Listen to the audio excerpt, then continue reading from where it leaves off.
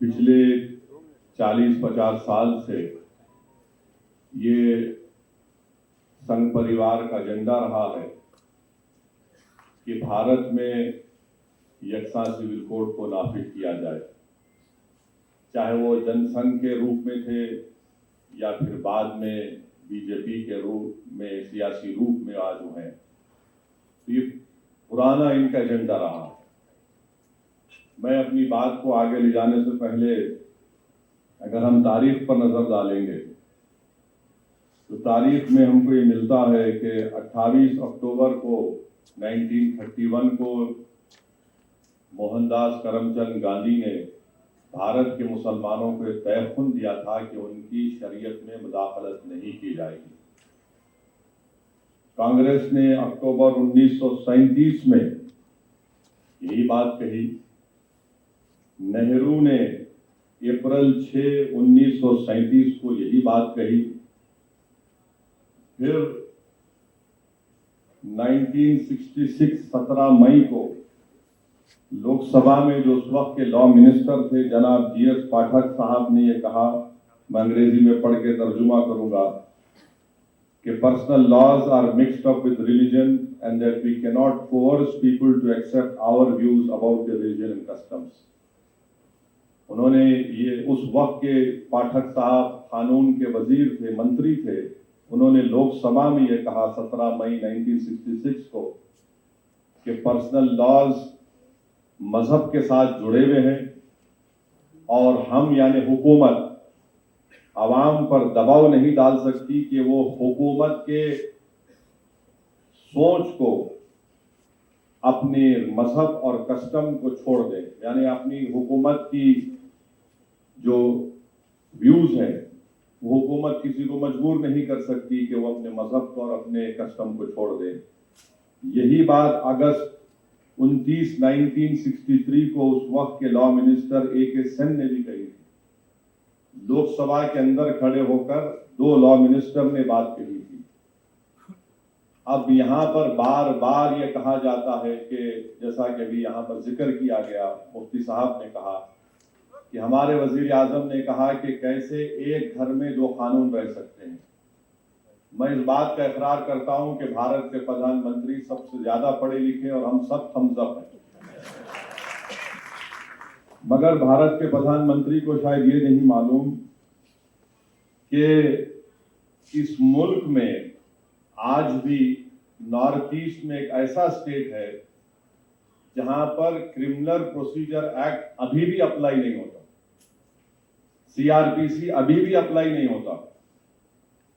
इस मुल्क में आज भी ऐसे कवानीन हैं कि मुफ्ती इस्माइल साहब मालेगांव से निकलकर अरुणाचल प्रदेश नहीं जा सकते जब तक कि उनको परमिट नहीं दिया जाता। हमारे वतन अजीज में ये भी कानून है कि कोई भी औरंगाबाद से उठकर हिमाचल प्रदेश की एग्रीकल्चर जमीन नहीं खरीद सकता। हमारे मुल्क में हमने यह कानून बनाया है कि अगर कोई बड़ा मल्टीनेशनल कंपनी होगा तो वो अगर उन किसी कंपनीज में कॉन्ट्रैक्ट पर इख्तलाफात हो गए तो हम उसका फैसला आर्बिट्रेशन के जरिए सिंगापुर में करेंगे। ये हमने कानूनी सहूलत दी कि अगर दो कंपनीज में झगड़ा होगा तो हम इसका फैसला सिंगापुर में करेंगे। अब देश के प्रधानमंत्री ये जानते हैं या नहीं जानते हैं मेरे को नहीं पता है, मगर ये मौजूद है। और नागालैंड और मिजोरम को तो हमने आईन में 371 का जिक्र कर दिया। अच्छा, फिर ये भी आप देख लीजिए कि ये इस मुल्क की खूबसूरती है कि यहां पर मुख्तलिफ किस्म के लोग रहते हैं।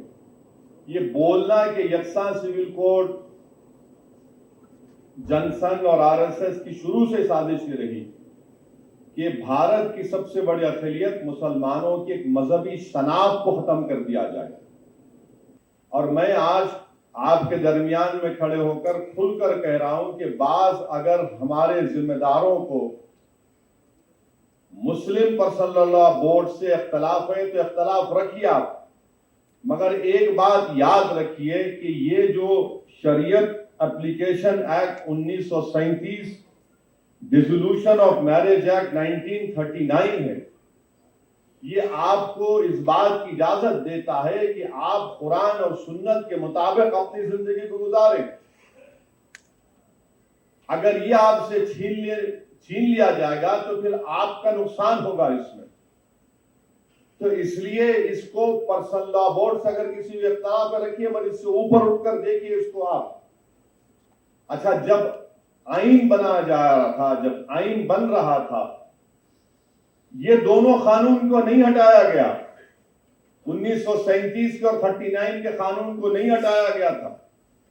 आईन बन गया और यह कानून का हिस्सा भी बन गया। तो जो बात अंबेडकर और उस कमेटी में आईन बनाने वालों ने नहीं सोची, आज भारतीय जनता पार्टी सोच रही है।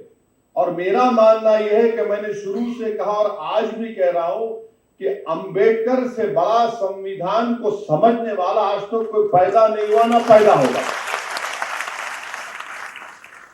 ये एक बात। अब जो अहम बात यह है कि ये बोला जाता है कि दुनिया में कहां पर है दो कानून, बताओ आप। तो हम उन लोगों को बताना चाह रहे हैं जो भारत के लोगों को बेवकूफ समझते हैं। इंग्लैंड में जाइए, आप, मैं पढ़ा हूं इंग्लैंड में। इंग्लैंड में दो क्रिमिनल लॉ है, एक स्कॉटलैंड का है, एक इंग्लैंड का है। क्या मुल्क कमजोर हो गया? फिर बोलते नहीं यहीं पर तुमको पर्सनल लॉ है। नहीं, गलत। पड़ोस में श्रीलंका है, वहां पर पर्सनल लॉ है, श्रीलंका में है। अच्छा, फिर आप दुनिया में बोलते कहां है बताओ? आपको जानकर हैरत होगी कि इजराइल में, इजराइल के जो इजरायली मुसलमान हैं, वहां के शहरी, उनको पर्सनल लॉ उनका है, उनका चलने की इजाजत है। फिर सिंगापुर में है। अब आप बताइए, फिर ये बार बार ये झूठ फैलाया जाता है कि नहीं सिर्फ भारत में इनकी तुष्टीकरण हो रही है। ये नहीं है। अब मैं आपके सामने जो बातें रखना चाह रहा हूं कि ये यूनिफॉर्म सिविल कोड से सबसे ज्यादा अगर तकलीफ होगी तो हमारे हिंदू भाइयों को होगी। और वो क्यों होगी मैं बताता हूं आपको। मैं कानून का हवाला देकर, क्योंकि बहुत सी बातें कही गई हैं, मैं कानून का हवाला देकर हमारे हिंदू भाइयों को और बहनों को पैगाम देना चाहता हूं कि आपको एक सहूलत दी गई है। हिंदू मैरिज एक्ट 1955 में सेक्शन 5, सबसेक्शन 4 और सबसेक्शन 5 में, उसमें यह कहा गया कि शादी उन लोगों में नहीं हो सकती जिनमें सपिंदा रिलेशनशिप हो। मगर आगे जाकर कहा गया, however there is an exception carved out if there is a custom or usage। यानी आप माने अगर आपके हिंदू भाइयों में है कि अगर उनके वालिद के 7 नस्लों में और मां की तरफ से 5 नस्लों में कोई रिश्तेदार है तो शादी नहीं होगी। मगर उसका एक्सेप्शन दे दिया आप, यानी उसका एक्सेप्शन उनको दे दिए। अब आप ये एक्सेप्शन खो देंगे, क्योंकि जब यूनिफॉर्म सिविल कोड अगर आएगा तो एक्सेप्शन कैसा मिलेगा आपको?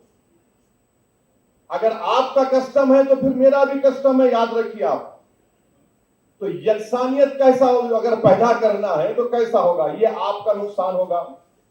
दूसरा सेक्शन 7 है ceremonies of Hindu marriage act का, कि आप अपनी शादी अपने कस्टमरी राइट्स के तहत, यानी आपके जो रिवायतें हैं उसके तहत आप करें। यूसीसी आएगा तो सेक्शन 7 चला जाएगा। सेक्शन 29 सेविंग्स का क्लॉज है, वो चला जाएगा। और सेक्शन 2 सबसेक्शन 2 है जो शेड्यूल्ड ट्राइब्स को एग्जाम करता है। उनको ये कहा जाता है कि उसमें कहा गया कि Hindu marriage act scheduled tribes पर अप्लाई नहीं होगा, तो फिर ये हमारे शेड्यूल्ड ट्राइब भाइयों का भी नुकसान होगा। फिर सेक्शन 3 का डेफिनेशन है जिसमें ये बताया गया कि कस्टम एंड यूसेज क्या है, वो आपसे चला जाएगा हमारे हिंदू भाइयों से। और तमिलनाडु के हमारे हिंदू भाइयों को मैं कहना चाहूंगा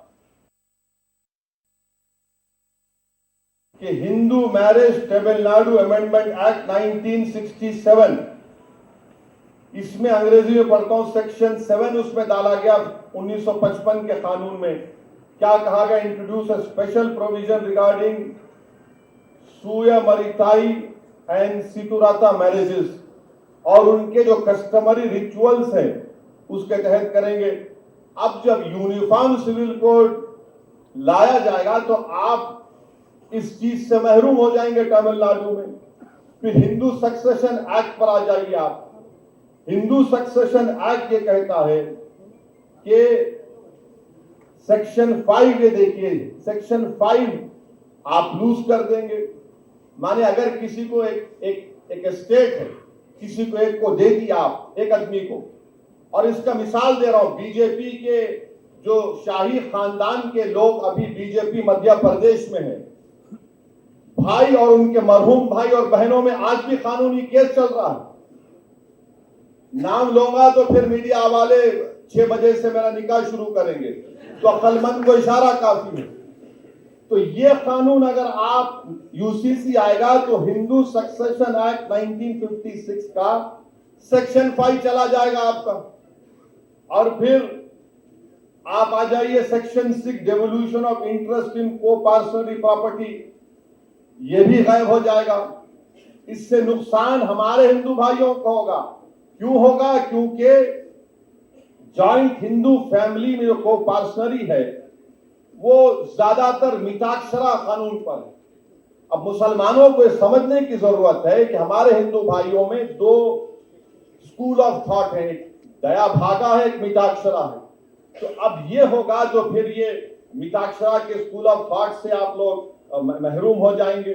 और फिर हिंदू अनडिवाइडेड फैमिली, यानी अगर कोई हमारे हिंदू भाई को सहूलत दी गई है, सिवाय सिर्फ हिंदू भाइयों को, कि वो अगर कोई बिजनेस शुरू करे, कारोबार, वो हिंदू अनडिवाइडेड फैमिली में उनको टैक्स से रिबेट मिलता है, इनकम टैक्स में। और अगर यूसीसी आएगा तो हमारे हिंदू भाइयों को 2015 का इनकम टैक्स का ये रिकॉर्ड बताता है कि 3065 करोड़ रुपया का उनको टैक्स रिबेट मिला। अब ये कैसा रहेगा फिर यूसीसी में? ये हमारे हिंदू भाइयों को सोचना पड़ेगा। फिर आप आ जाइए, सेक्शन 2 है उनका, सबसेक्शन 2 है, सेक्शन 3 है। अच्छा, हिंदू माइनॉरिटी गार्डियनशिप एक्ट है, सेक्शन 6 चला जाएगा। सेक्शन 6 चला जाएगा हिंदू माइनर के ताल्लुक से। फिर Hindu adoption and maintenance act 1956 है, उसमें एक बात कही गई कि अगर आप किसी को एडॉप्ट करना चाहते हैं, गोद लेना चाहते हैं, तो कानून तो यह है कि आप किसी को गोद लेंगे जो शादी नहीं हुई। मगर यहां पर हिंदू भाइयों को एक एग्जेम्पशन दिया गया कि अगर आपका कस्टम है कि वहां पर किसी की शादी भी हो जाती, तब भी हम उसको गोद ले सकते हैं, या आप इससे महरूम हो जाएंगे। और 15 साल से ज्यादा भी है, अगर कस्टम है तो आप ले सकते हैं, आप उससे भी महरूम हो जाएंगे। तो ये बात समझने की जरूरत है। और अगर आरएसएस ये समझ रही है कि मुल्ला जी को निशाना बनाएंगे, तो भाई साहब आप हमारे नाम पे किसी और का नुकसान कर रहे हैं आप। और आप ये मत समझिए कि ये बातें सब नहीं निकलेंगी। आज निकल चुकी हैं, कल भी निकलेंगी। अब हमारे सिख भाई यहां पर बुजुर्ग बैठे हैं, उन्होंने अपनी तकरीर में अपने गुरु का फारसी शेर पढ़ा। मैं उनको आपको बताना चाह रहा हूं सर, इसमें आपका कैसे नुकसान होगा सिखों का। आपके पास 2012 में आनंद मैरिज एक्ट लाया गया। आनंद कराज, आपको सहूलतें दी गई सिखों की तहजीब और आपकी आइडेंटिटी को बरकरार रखने के लिए। अगर यूसीसी आएगा तो आनंद कराज चला जाएगा सर। आप समझिए इस बात को। मैं तो शुक्रगुजार हूं शिरोमणि गुरुद्वारा प्रबंधक कमेटी का कि उन्हें साफ और वाज़ेह अल्फाज में कह दिया कि हम यूसीसी को कबूल नहीं करेंगे। ये 2012 में आनंद मैरिज एक्ट लाया गया। आनंद कराज, आपको सहूलतें दी गई सिखों की तहजीब और आपकी आइडेंटिटी को बरकरार रखने के लिए। अगर यूसीसी आएगा तो आनंद कराज चला जाएगा सर। आप समझिए इस बात को। मैं तो शुक्रगुजार हूं शिरोमणि गुरुद्वारा प्रबंधक कमेटी का कि उन्हें साफ और वाज़ेह अल्फाज में कह दिया कि हम यूसीसी को कबूल नहीं करेंगे। आनंद कराज जो हमारे सिखों का एक मजहबी हिस्सा है, आप उससे महरूम हो जाएंगे। अच्छा, हमारे ईसाई आज बिशप साहब बैठे हैं, मैं आप you will agree with what I am saying कि हमारे सिखों में, हमारे ईसाई भाइयों में कई डिनोमिनेशन है, बैप्टिस्ट है, रोमन कैथोलिक है, और इनके लिए क्या करेंगे फिर आप? इनके लिए कैसा करेंगे? यूसीसी आएगा तो ये सब के सब अपनी अपनी तहजीब को, अपने अपने मजहबी रसूमात से इनको महरूम कर देंगे। अच्छा, कैथोलिक चर्च में, correct me sir if I am wrong,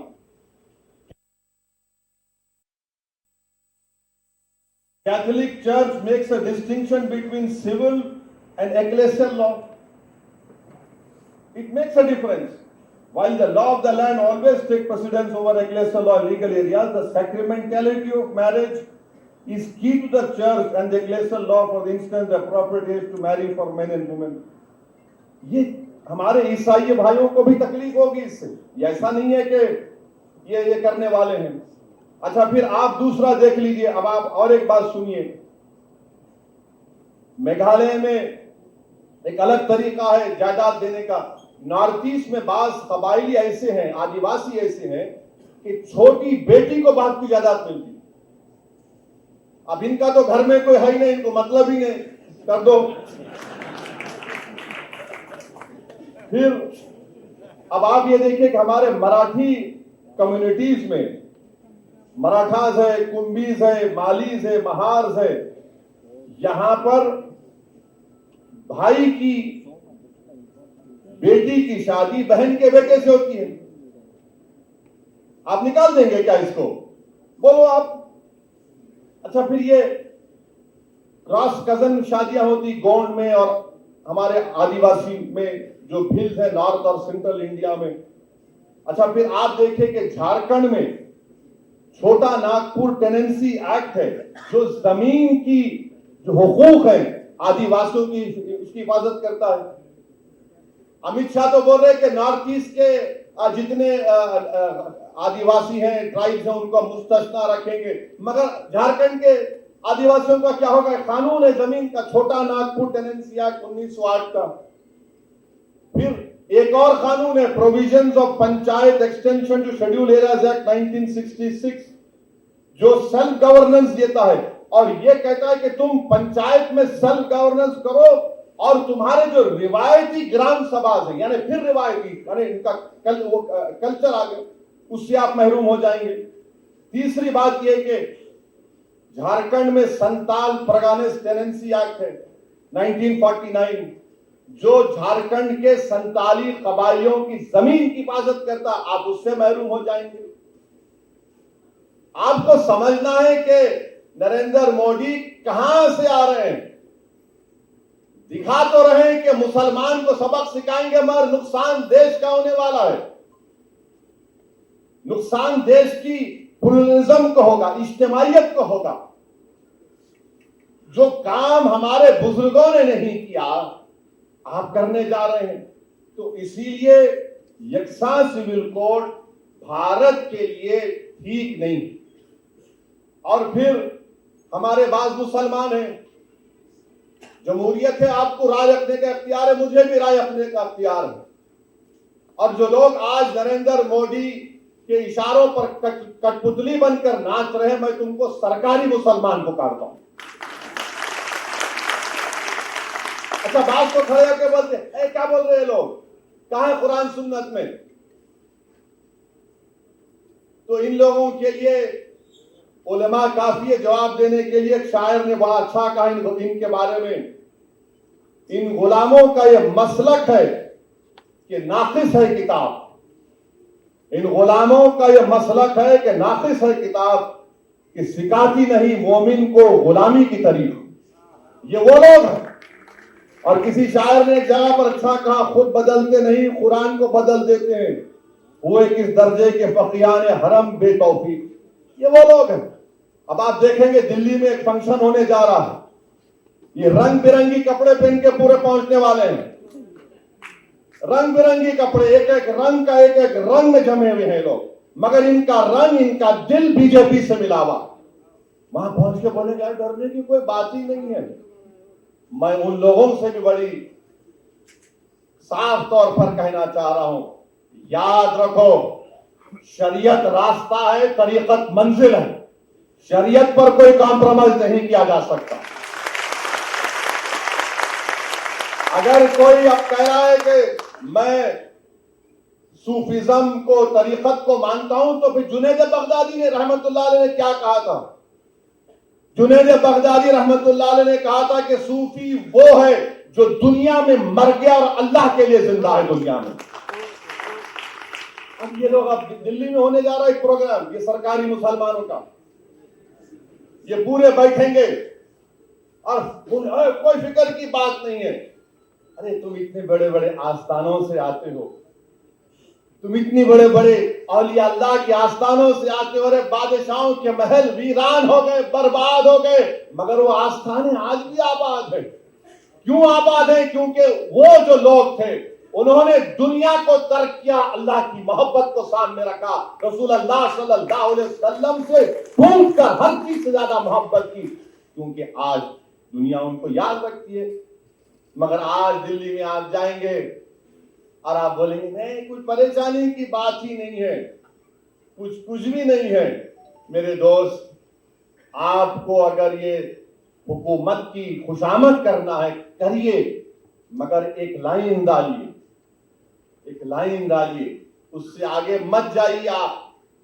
अच्छा, और एक बात मैं आपको बताकर, क्योंकि असर का वक्त होने वाला है। हाँ बिल्कुल, आप पंच वक्ता नमाजी नजर आ रहे, माशाअल्लाह,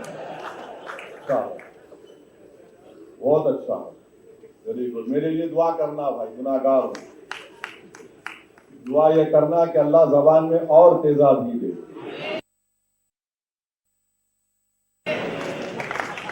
अच्छा, ये अब मुसलमानों को निशाना बनाते, हर टीवी प्रोग्राम आप देखो यकसा सिविल कोड का होता, क्या दिखाते टीवी पे? बुरखे में जा रहा है बहन हमारी बेटी, अरे मुसलमान टोपी पहन के जा रहा, इनको ऐसा है, ये बड़े तकलीफ में है, इन पे जुल्म किया जा रहा है, जायदाद में हिस्सा नहीं दिया जा रहा है। मैं चैलेंज के साथ कह रहा हूं, दुनिया में अगर सबसे पहले किसी ने किसी महिला को जायदाद में हिस्सा दिया तो वो रसूल अल्लाह सल्लल्लाहु अलैहि वसल्लम इस्लाम है। इस्लाम ने कहा दो औरत को जायदाद में हिस्सा दो, नहीं, मगर आप टीवी पे दिखाते बड़ा जुल्म हो रहा। अरे ये बिल्किस बानो का जुल्म तुमको याद नहीं आया? बिल्किस बानो को तुम भूल गए? ये जो बच्चों को जो नासिक में गाड़ी से उतार कर मॉब लिंचिंग करके मार दिया गया, उनकी कमजोरी तकलीफ याद नहीं आई तुमको? जिन बच्चियों को हिजाब पहन के जा रहे उनका हिजाब खींचा जाता है, वो तकलीफ याद नहीं आई आपको? अब ये बताना कि देखिए मुसलमान, अरे मेरे दोस्त, सच्चाई ये है। और फिर और एक बात कि मुसलमान बहुत शादियां करते, कहां है रिकॉर्ड? बताओ कितने शादियां हम करें, बताओ, निकाल के बताओ ना, कितने शादियां मुसलमान करे, कितने शादियां हमारे हिंदू भाई करे, कौन कौन से कितने करे, बताओ। अच्छा, जो करे उनके साथ उनकी जोरू नहीं रही थी।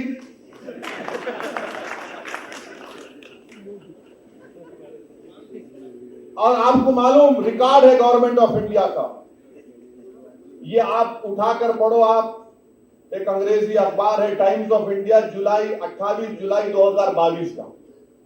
हजरत गूगल पर जाइए, बहुत लोगों को शौक है आजकल रिलीजन, दीन वहां से सीख रहे, उलमाओं के पैर के पास बैठ के नहीं सीख रहे, इसलिए मंचले निकल रहे।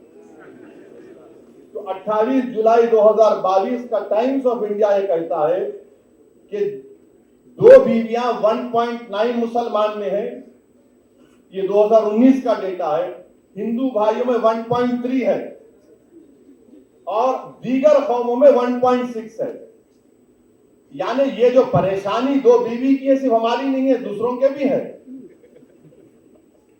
और हिंदू और मुसलमानों में 0.6 का फर्क है। अब आप बोलेंगे कि भाई अब बताओ, फर्क बताओ असदुद्दीन ओवैसी, मुसलमान की दूसरी बीवी रही और दूसरों की दूसरी बीवी रही, तो क्या फर्क है? फर्क यह है कि वो मेरी बीवी है और दूसरों में बीवी नहीं है। फर्क यह है कि उसको मेंटेनेंस मिलता, फर्क यह है कि उसको अपने रहने के लिए घर मिलता। यह फर्क है। अच्छा, फिर आप बोलेंगे कि हमने मुल्क में कानून बना दिया, चाइल्ड मैरिज एक्ट बना दिया। बिल्कुल बनाया, मगर क्या यह सच नहीं है कि चाइल्ड मैरिज एक्ट में 84% चाइल्ड मैरिज होती है हमारे हिंदू भाइयों की? कानून तो आप बना दिए। अच्छा, ऊपर से और एक बात देखो आप, जब चाइल्ड मैरिज हो जाती है, मैरिज खत्म नहीं होती, वॉइड होती है, वॉइड होती है। यही तो हम बता रहे हैं। हम ये नहीं कह रहे कि मुसलमानों में कमजोरियां नहीं है, यकीनन जहेज की लानत है जैसा सब जगह पर है, यकीनन हमारे बहनों को, बच्चों को और उठाना है जैसा कि सब जगह पर है। मगर आपको सिर्फ इस बात की फिक्र है, आप हमारी शनाख्त को हमसे छीनना चाहते हैं, अब और कुछ नहीं है आपका। रिजर्वेशन आप नहीं देना चाहते, नहीं मजहब के नाम पे नहीं देते, मगर मजहब छीन कर खुद ताकतवर बनाना चाहेंगे आप। रिजर्वेशन तो महाराष्ट्र में नहीं देंगे, नहीं मजहब के नाम पे नहीं दे सकते, मगर हम मजहब की शनाख्त छीन के तुमको ताकतवर बनाएंगे। ये कौन सी मिसाल है बताइए आप। और फिर आप ये भी देख लीजिए कि 2000 से 2019 तक फीमेल इन्फेंटिसाइड, यानी अगर किसी खातून के पेट में मालूम हो जाए कि बेटी है, तो 2000 से लेकर 2019 तक 86% बच्चियां मिसिंग हैं। यानी उत्तराखंड की जितनी आबादी है, करीब उतनी आबादी है, उतने बच्चियां मिसिंग है। कौन जिम्मेदार है उसका, बोलो आप? कानून तो हम बना दिए। अच्छा, सेक्स रेशियो आप देखो मुसलमानों का दूसरे रिलीजन के साथ, सबसे अच्छा सेक्स रेशियो मुसलमानों का है। तो ये चीजें हमको आपको समझने की जरूरत है। मध्य प्रदेश में हमारे आदिवासी, शहरी आदिवासी खड़े हुए वो। अच्छा, मैं चाहूंगा कि देवेंद्र फडणवीस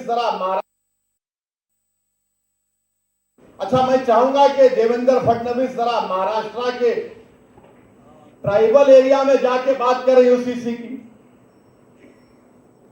शिंदे चले जाएं, अब तो 3 in 1 हो गए, अजीत पवार भी चले जाएं। महाराष्ट्र के आदिवासी एरिया में जाके बोले हम लाएंगे, देखो क्या नतीजा निकलता वहां पे। करवा छत्तीसगढ़ में जाके बोलो, अब इलेक्शन है 3-4 महीने में। राजस्थान के कबाइलियों को बोलो, आप आदिवासियों को। हम यही बताना चाह रहे हैं कि ये जो भारत की खूबसूरती जिसका जिक्र इम्तियाज जलील साहब ने किया, यही खूबसूरती है भारत की। बार बार बोलते अमेरिका में ऐसा है कि अमेरिका में, अरे अमेरिका में ये कल्चर है। अमेरिका में इतने 2000 से 3000 कितने कल्चर है, नहीं है। अच्छा, अमेरिका में हर स्टेट में उसका अलग कानून है, मगर फिर भी अमेरिका ताकतवर है, या उल्टा बोलते हैं। भारत के वजीर आजम बोले कि एक मुल्क में, एक घर में 2 कानून कैसा रहेंगे। तो ये बातें इसको समझने की जरूरत है। और अगर नहीं समझेंगे तो फिर आप मुल्क को कमजोर करना चाहते हैं। और फिर किसी एक टीवी चैनल पे बोले कि हम एक सर्वे करें, 8000 औरतों का सर्वे करें। अरे दीवाने, मुस्लिम पर्सनल लॉ बोर्ड ने 4,80,00,000 लोगों का सर्वे ओपिनियन लेके सीडी में 21 लॉ कमीशन को दिया, और तुम 8000 की बात कर रहे हो। उस 4,80,00,000 में आधे हमारी बहनें हैं, बेटियां हैं, जिन्होंने रद्द किया कि हमको यकसा सिविल कोड नहीं चाहिए। अब आप बता रहे हैं। तो ये मकसद एक ही है कि भारत के इस खूबसूरती को हमेशा के लिए प्लुरलिज्म खत्म करके रख दिया जाए। भारत के वजीर आजम क्या बोलते हैं कि एक भारत एक इलेक्शन, एक भारत एक टैक्स, एक भारत एक कल्चर, एक भारत एक मजहब, एक भारत एक शनाख्त। अब हद ये हो गई कि रुके नहीं, उन्होंने बोले नहीं, एक भारत एक फर्टिलाइजर। कैसा एक फर्टिलाइजर हो सकता है मेरे बताइए आप। अरे बोले जा रहे हैं, बके जा रहा हूं जुलूम में क्या क्या। और सामने बता रहे हैं मुल्ला जी को मुसलमान, देखो इनको हम सबक सिखा, नहीं, आप सबका नुकसान करने वाले हैं। तो इसीलिए हम तमाम को और खास तौर से हमारे हिंदू भाई बहनों को समझना पड़ेगा कि आपका कितना बड़ा नुकसान होने जा रहा है। आप किस चीज से महरूम हो जाएंगे। और ये बार बार ये जो दुम छल्ले हैं, अरे क्या होता नहीं है, क्या दीन खत्म हो जाता? अरे दीवाने, दीन खत्म होने के लिए नहीं आया, दीन सुबह कयामत तक रहेगा। दुनिया उस वक्त खत्म होगी जब कलमा बोलने वाला नहीं रहेगा, जब दुनिया खत्म होगी। मगर मैं ये दीन की बात नहीं कर रहा हूं, मैं मुल्क की, आइन की, दलितों की, आदिवासी की, क्रिश्चियन की, हिंदू भाइयों की, सबकी बात कर रहा हूं, देश के हित में बात कर रहा हूं। मगर इसको चेंज कर देते। अब हमारे मीडिया वाले भी सोच रहे होंगे कि अब कहां से इसको पकड़ना। नहीं पकड़ सकते आप। कहां से पकड़ते पकड़ो आप। कोई कैरम बोर्ड है, क्वीन को कब गिराएंगे, किंग को कब गिराएंगे। मुल्क है भाई, मुल्क को चलाना है। ये भारत है, 130 करोड़ का देश है। इसको आप 2 मिनट नूडल के साथ नहीं चला सकते। लाई नूडल खरीदे, 5 मिनट मना, अम्मा देखा बच्चे को, क्या बच्चा खाता बैठ के। ये ऐसा नहीं है भारत में। 130 करोड़ का देश है। यहां पर हमा किस्म के लोग हैं, हमा किस्म के रंग के लोग हैं, हमा किस्म के सोच के लोग हैं। इसीलिए तो हमारे बुजुर्गों ने तो अंग्रेजों से खिलाफ लड़ा था कि इस मुल्क को ऐसा रखेंगे हम। और मैं अपनी बात को खत्म करूंगा इस बात पर,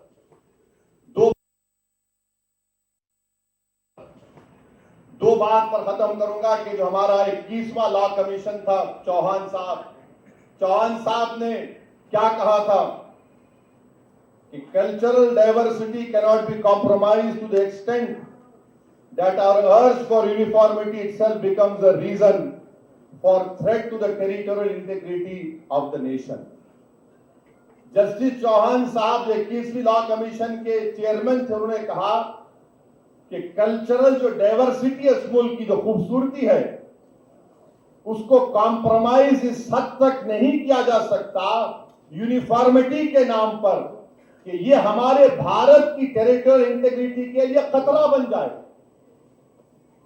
ये एक सुप्रीम कोर्ट का जज कह रहा है, बीएस चौहान साहब कह रहे हैं। और फिर बाबा साहेब अंबेडकर ने क्या कहा था? बाबा साहेब अंबेडकर ने यह कहा था, बाबा साहेब अंबेडकर ने कहा था, कब कहा था वो भी बोल रहा हूं, 2 दिसंबर 1948 को बाबा साहेब अंबेडकर ने कहा था, It is therefore quite impossible for anyone to conceive that the personal law shall be excluded from the jurisdiction of the state. Having said that, I should also like to point out that all the state is claiming in this matter is a power to legislate. और आप देखिए यहां पर बाबा साहिब ने क्या कहा, there is no obligation upon the state to do away with personal laws. यानी state के ऊपर ये कोई ऑब्लिगेशन नहीं है कि पर्सनल लॉ को हटा दे। फिर बाबा साहब आगे कहते हैं कि it is only giving a power, therefore no one need be apprehensive of the fact that if the state has the power, the state will immediately proceed to execute or enforce that power in a manner that may be found to be objectionable by the Muslims or by Christians or by any other community in India. फिर बाबा साहब कहते हैं we must all remember, सबको इस बात को याद रखना है, बशमूल मुसलमानों को। माने बाबा साहब कह रहे हैं अंदर पार्लियामेंट में जब आइन बनाया जा रहा था, including members of Muslim community have spoken on this subject, that no one can, though one can appreciate their feelings very well, that sovereignty is always limited, no matter even if you assert that it is unlimited, because sovereignty in the exercise of that power must reconcile itself to the sentiments of different communities. No government can exercise its power in such a manner as to provoke the Muslim to rise in rebellion. ये बाबा साहिब ने कहा कि कोई भी हुकूमत अपने अख्तियारात को इस तरह से अगर इस्तेमाल करेगी कि मुसलमानों को प्रोवोक करे कि वो रोडों पर निकल कर आए, रेबेलियन करे। ये बाबा साहेब अंबेडकर ने कहा। और क्या कहा बाद में बाबा साहेब ने? I think it would be a mad government if it did so. Baba Sahib ने कहा अगर ऐसा कोई करेगा तो पागल हुकूमत है। ये बाबा साहेब अम्बेडकर ने कहा था, but that is a matter which relates to exercise of the power and not to the power itself. ये बाबा साहेब अम्बेडकर ने कहा था। अब नरेंद्र मोदी जो बाबा साहेब अम्बेडकर का नाम लेते लेते नहीं थकते, उनको पढ़ना चाहिए। ये आरएसएस वालों को जो झूठी मोहब्बत करते बाबा साहिब से, उनको पढ़ना चाहिए।